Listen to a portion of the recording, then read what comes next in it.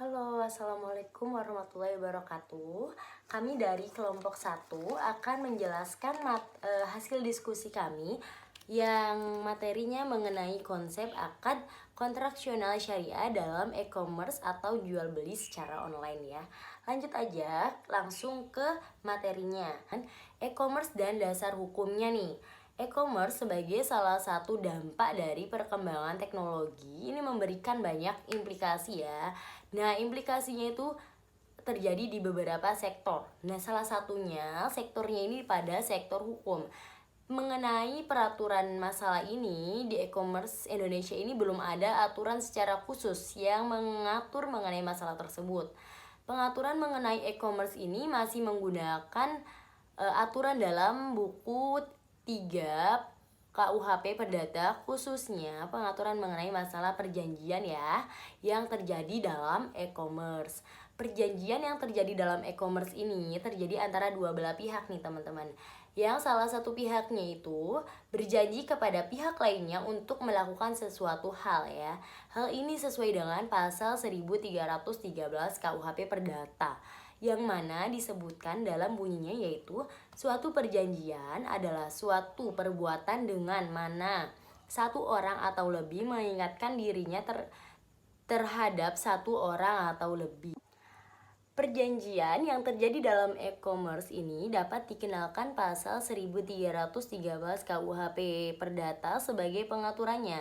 Sehingga apa yang terjadi, syarat sahnya suatu perjanjian yang termuat dalam KUHP Perdata harus diperhatikan agar pengenaan atas aturan perjanjian di Indonesia secara umum menggunakan KUHP Perdata dapat diterapkan, serta perjanjian dalam e-commerce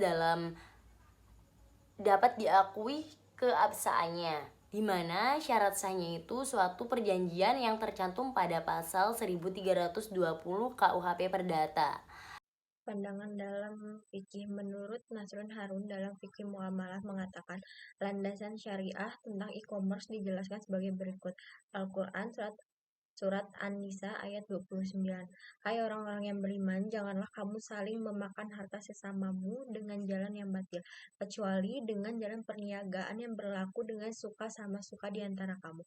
Ayat ini merujuk pada perniagaan atau transaksi dalam muamalah secara batil. Secara batil dalam konteks ini memiliki arti yang sangat luas, di antaranya melakukan transaksi ekonomi yang bertentangan dengan syarak.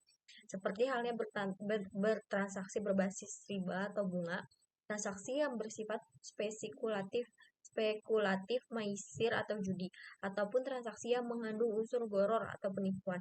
Ayat ini juga memberikan pemahaman bahwa upaya untuk mendapatkan harta tersebut harus dilakukan dengan adanya kerelaan semua pihak.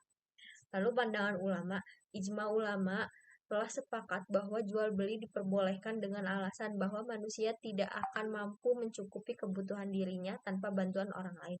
Namun demikian, bantuan atau barang milik orang lain yang dibutuhkannya itu harus diganti dengan barang lain yang sesuai. Kesimpulan, jual beli dalam e-commerce menurut pandangan Islam sama halnya dengan akad as-salam. Menurut para ulama diperbolehkan, hanya saja dalam implementasinya masih belum terlaksanakan rukun dan syarat akad ini. Kita sebagai konsumen atau mungkin penjual yang menggunakan e-commerce dalam melaksanakan transaksi, maka terapkan syarat dan ketentuan akad sesuai dengan fikih muamalah.